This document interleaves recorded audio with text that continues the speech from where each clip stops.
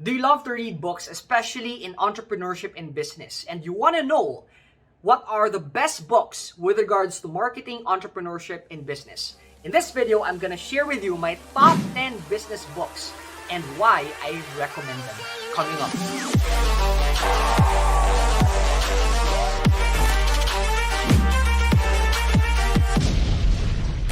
Hello Tycoons, this is Fibo Lim, your internet marketing coach. In this channel, we publish weekly content that will help you grow your business online and attract your dream clients. If you're new here, consider subscribing. Don't forget to ring the notification bell so that every time we publish new videos, you are gonna get notified. Before we begin, I want to invite you to my masterclass where I walk you through how do you attract your clients, convert your clients into paying customers using an automated online sales process. I'm gonna show you that in my free masterclass by registering here. Kindly visit this link, fibolim.com/class to register for a free seat right now. So what I'm gonna do is I'm gonna bring you behind the scenes of a call I did with my students where I shared with them my top 10 business books and why I recommend them. Watch this. Alright, so here are my top 10 recommended books. Okay, so number 1 is tinatawag natin na Blue Ocean Strategy. Okay, so what I'm gonna do is I'm gonna take a few minutes lang to discuss each one para at least maintindihan nyo on which one to read first. Okay? So, sa book na to is it explains, if you can see here, how to create uncontested market space and make the competition irrelevant. So in short, most people kasi who goes into business is they compete based on price. Most people have a lot of competition, right? Kumbaga, the number one reason why most businesses fail is because of competition, right? So dito is it tells you what to do with regards to competition. Okay, to give you an idea lang, ang nangyayari kasi nito is there are two types of oceans, red tsaka blue. Okay, when you say red, ibig sabihin yan mo dugo, it's bloody. So the reason why it's bloody because there's a lot of competition there. Now, yung blue naman is pag parang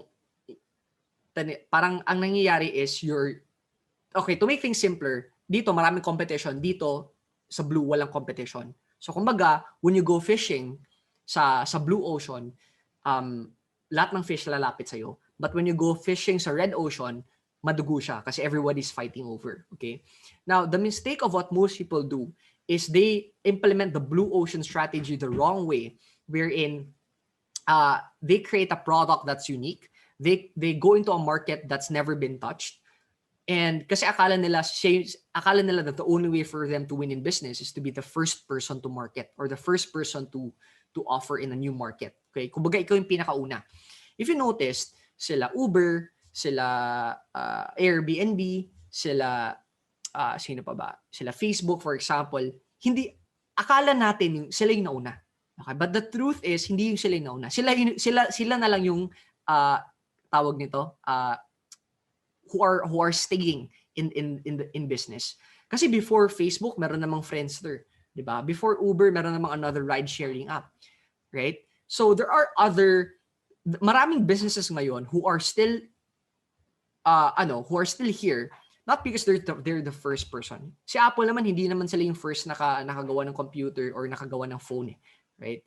They just did something differently. So ang nangyayari dito is instead of looking for a market na walang competition, you go into a market that has a lot of competition and then you offer something different. Okay? So it's gonna be a long but that's like that's like the summary of this. And it's quite funny because everything that I do, even outside marketing, actually marketing pa rin siya, but meron kasi akong I'm investing right now in property, and the purpose why kumbaga na-invest ko, but for the purpose nun is not for capital appreciation but for cash flow for rentals, So alam ko pag rentals, like there's a lot of people mag-rent and meron akong maraming competition. So I just want to share with you na instead of me looking or building a property rental or an apartment wherein ako lang mag-isa, naghahanap ako ng mga competition. Okay? Because having competition means na may market. all I want to do lang dyan is tatabihin ko yung competition ko. However, what I'm gonna do is I'm gonna create something different. I'm gonna offer something different. Example, yes, marami yung competition, pero pag hindi sila nag-offer ng Wi-Fi, ako mag-offer ako ng Wi-Fi, for example. Okay, so that's the shortcut of it. Next is sell like crazy. So dito, I actually got this book, parang isang free plus shipping offer, and then, you know, the reason why I got this book, it's really not, gusto ko lang makita yung sales process, no? And when I started to read it, parang, it's good because lahat na natutunan ko for like 4 years, para siyang na-summarize sa isang libro. So sabi ko, maganda to kasi instead of remembering every single thing that I learned, parang meron ng shortcut or summary. Dito ko na appreciate, or dito ko na how do you call this? Dito ko na appreciate or na fully understand on how important an irresistible offer is. Okay? And dito kasi si Sabri is he handles businesses. Okay? Siya yung nag-handle ng mga marketing sa mga traditional business. That's how I knew na what I know is very, very, very applicable with regards to traditional business, physical products, etc. Kasi yung concepts niya pang online marketing, pero implemented siya for traditional businesses, right? So yun, Sell Like Crazy. That's my second recommended book. Third naman is One Page Marketing Plan. I've been seeing this all over kasi nirecommend din to ng iba, but parang yan, marami din kasi silang recommendations. So technically parang if I combine all of the recommendations, naging 100 recommendations din siya. However, I got the chance to read this just this year. And ganun din, yung gusto ko dito para siyang summary din ng para siyang summary din ng lahat na natutunan ko. But para siyang step-by-step process. Like if you notice, parang it's from yung customer journey it's from prospects to leads to buyers and then to raving fans. So like it helps you go through the process. Okay. Yon. It's in short, from the name itself, no, instead of creating a marketing plan that's like 10 pages or 20 pages, it just gives you a one-page marketing plan, like step 1, step 2, step 3, step 4. Okay? So this is my pangilan na ba to? Basta ito yung next na recommended book ko. Next naman is Dotcom Secrets. It's from Russell Brunson. So most probably alam niyo na in the next few books na recommended ko, it's about the .com expert and traffic secrets, and most of you are already familiar with this. Naabutan ko pa to na wala pang expert tsaka traffic secrets, no? Ito palang .com secrets. Dito sa book na to, it talks about funnels. Okay, so maraming funnels yung pwede mong gamitin. What I'm sharing with you is instead of sharing with you all of the funnels, I am sharing with you the one funnel that we use, and also na-observe ko, ito din yung funnel. 90% of the successful entrepreneurs use this funnel, which is the webinar funnel, okay, or the virtual event funnel. So instead of sharing with you everything na we implemented, kasi marami kaming ginawa na sales process or funnel, like challenge funnel, product launch funnel, video sales letter, written sales letter, ano pa ba? Application funnel. So we did all those. Kumbaga, lahat ng sinabi dito is ginawa ko. Okay? It's just that I realized that instead of doing every single thing, why don't I choose the one thing that gives 90% of the results and just focus on that. That's yung naging webinar funnel. And I actually teach that in our course, yung program natin. I think it's in module number 3 ata, about webinars and presentations. So if you want to dive in deeper on that, you can just check that sa program natin. Okay. So yun, .com Secrets, it talks about funnels or creating a sales process, para siyang customer journey, so that a prospect will become a lead to become a buyer. Next is Expert Secrets. Now what happened is, sa book na, Russell decided to write this book because once meron ng sales process, okay, meron ng step 1, step 2, step 3, step 4 yung customer. It does not mean that nagko-convert yung sales process na yun. Okay? So, yun nga, marami kasi nagtatanong na a lot of people are asking, Coach, magkano ba magpapagawa ng isang sales funnel sa'yo? Sabi ko, $10,000, or that's equivalent to like 500,000 pesos. Sabi nila, mahal naman. Meron naman sa Fiverr, or meron naman sa freelancing site na 5,000 pesos lang. Bakit sa'yo 500,000? Kasi what I'm sharing, I'm not just building a funnel. I'm actually kumbaga, yes, having a website or something visible is kasi yun yung alam mo na kailangan mo. But when you start driving visitors to that page, that doesn't mean that it sells. Okay?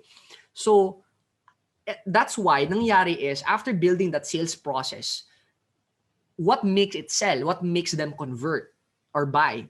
It's this book. It's Expert Secrets. It's kumbaga it focuses on conversions or sales, or kumbaga how do you convert a buyer or a prospect to a buyer ba? Even if you have the page, what makes a person convert? Okay? So that's my second book. The third book naman is Traffic Secrets. Okay? So now, meron na silang sales process, meron na silang structure, meron ng conversion. Ibig sabihin nun, when I say conversion pala, these are the words that you say. These are kumbaga anong sinasabi sa kumbaga meron kang website. Okay? So that's like Expert Secrets. Sorry, Dotcom Secrets. Meron kang website. But now, what makes the website sell is the Expert Secrets. Okay, yung content niya.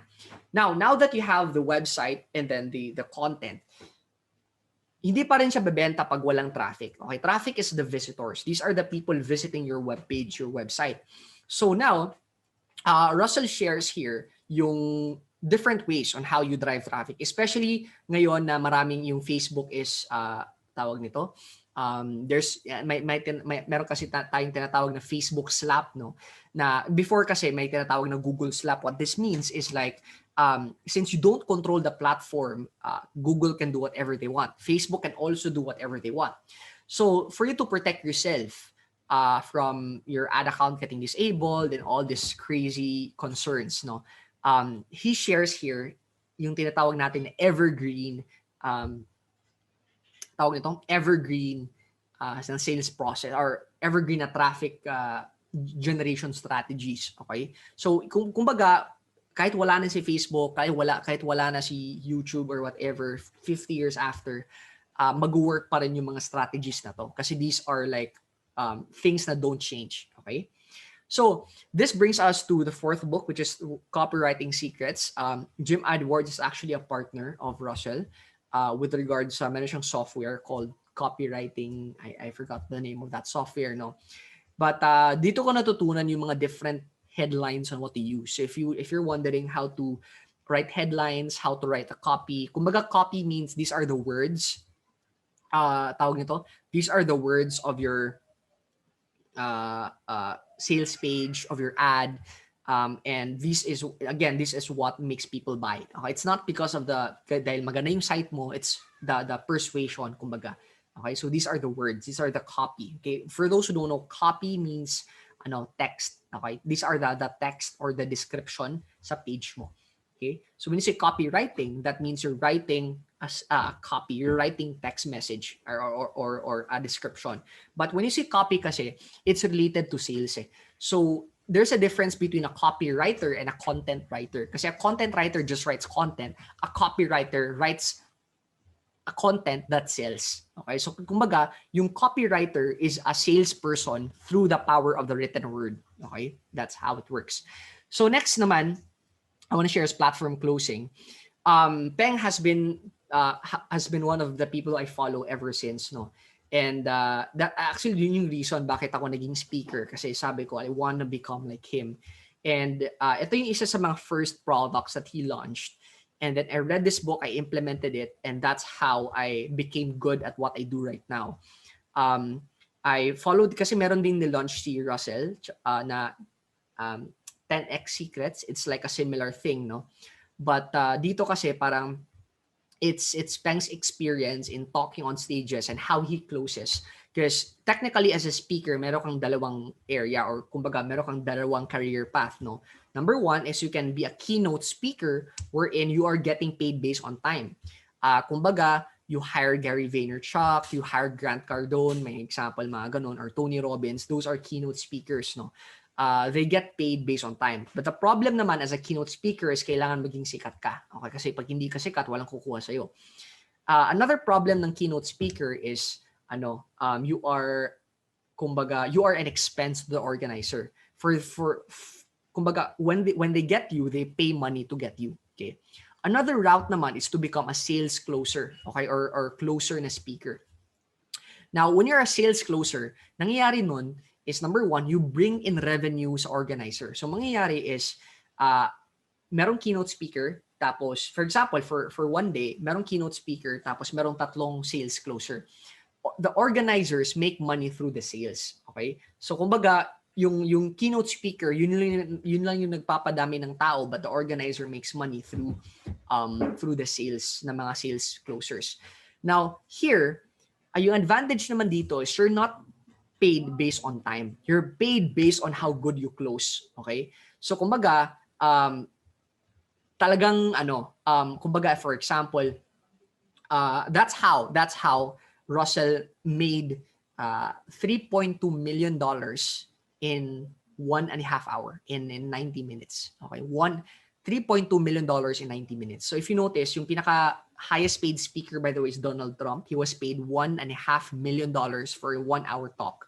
But Russell is paid $3 million. That's equivalent to like 150 million pesos for just a 1 hour talk. And the difference lang is Donald Trump was just talking, just delivering some content, but Russell delivered some content, but at the end offered something, okay, which is his program, his product, whatever. So yun. Next naman is influence. So this book is, I learned this. I mean, I got this concepts when I attended the mastermind, and during that time it was like 50,000 per person. And I got this from the speaker, and it was like one of my biggest takeaways. Kasi this shares the 6 powers of influence, which is social proof, scarcity, authority. I think I share this trainings natin sa members area, so can you check on that as well. But it's very, very powerful. It's very, very useful, especially in sales and marketing. What I did is I wrote them down. I placed them, up until now, it's still there. I wrote them down. I placed it beside my bed so that every single day I get reminded on the 6 powers of influence. So minsan kasi, especially if you're a good person, I assume all of you are good people. Kasi this can also be used for the bad, di ba? If you're a good person, if you know how to influence people, you influence them for the good. But if you're a bad person, you influence them for the bad as well. And since you're on this program, I assume that all of you are good people, and you're here because you have a product or program that you think can change the world. Even if you have the cure for cancer, even if you have the best product in the world, even if it changes the lives of people, but if you don't know how to influence them using the 6 powers, kumbaga walang bibili sa product mo. Okay? And also, you're gonna notice in all of my marketing campaigns, I do this. Okay, when you go to my payment page, mayroong social proof. When you go to my lahat ng nakikita mo, merong social proof, my scarcity, my authority, my liking, my micro commitments. Because I implement it talaga in every single thing that especially pag related to entrepreneurship and business. Next naman, I think this is the last thing, is Pre-Suasion. Okay, so Robert Cialdini wrote this after the influence book, and nangyari dito is he noticed, I think yung story nito is that merong man who knocked on his door asking for donation, and then nangyari is he gave money. So parang nangyari is tao po, okay, can I have something for donation, and then the author was able to give, kumbaga nagbigay siya ng donation. After that, parang yung author, sabi niya, ano ba nangyari? Like, why did I donate? Wala naman siyang sinabi. So wala namang scarcity or social proof or kumbaga wala naman siyang ginawa na andito sa influence. Why was he able to give sa donation na yon? He noticed pala that ang nangyari kasi when that person was asking for money, may bitbit siya na bata. Okay? May bitbit siya na bata. And yung purpose pala ng donation was for the children. So parang can I ask for donation for the children, etc. And he was bringing his son. So now, sabi niya, oh, okay. Before pala the persuasion happens, meron palang tinatawag natin na pre-suasion. Okay? Are you getting this so far? Can you type 5 in the chat if you're getting this? Okay, meron palang tinatawag na pre-suasion. What does pre-suasion means? for example, merong seller-buyer, before the transaction happens, before the selling happens, there's a psychological, meron nangyayari before pa lang you sell the product. Okay? So, nangyayari is before before the person asks for donation, nakita na yung author, meron siyang bitbit na bata. So, meron ng pre-suasion. Before the persuasion happening, meron ng pre-suasion before the actual influence. Nagigets nyo ba?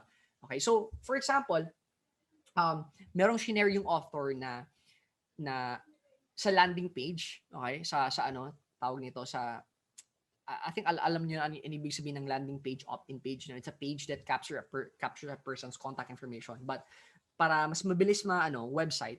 So website, yung background, okay? May nakalagay doon na pera yung background, mga coins. Tsaka may yung second variation naman, yung first variation is pera, mga coins. Tapos yung second variation is clouds. Okay, clouds tsaka blue tsaka may clouds. They notice na pag yung background is coins, okay? Before they buy pa to pag yung background is coins, most people buy based on price. So they buy the cheapest. Okay? Pag yung background naman is clouds tapos may blue, they buy based on comfort. They buy based on value. So now they buy the product which gives the most comfort. Okay? So everything that you do as well, everything that you do, what is the one thing na you can do para to kind of like persuade, but it's pre-suade them before you actually sell them something. Nagigets ba? So, yun. One thing can be before your webinar, before your presentation, you can give them social proof. Right? Ito yung mga students, or ito yung mga tao. Ito yung mga tao na bumili sa product ko, and this is the result that happened to them.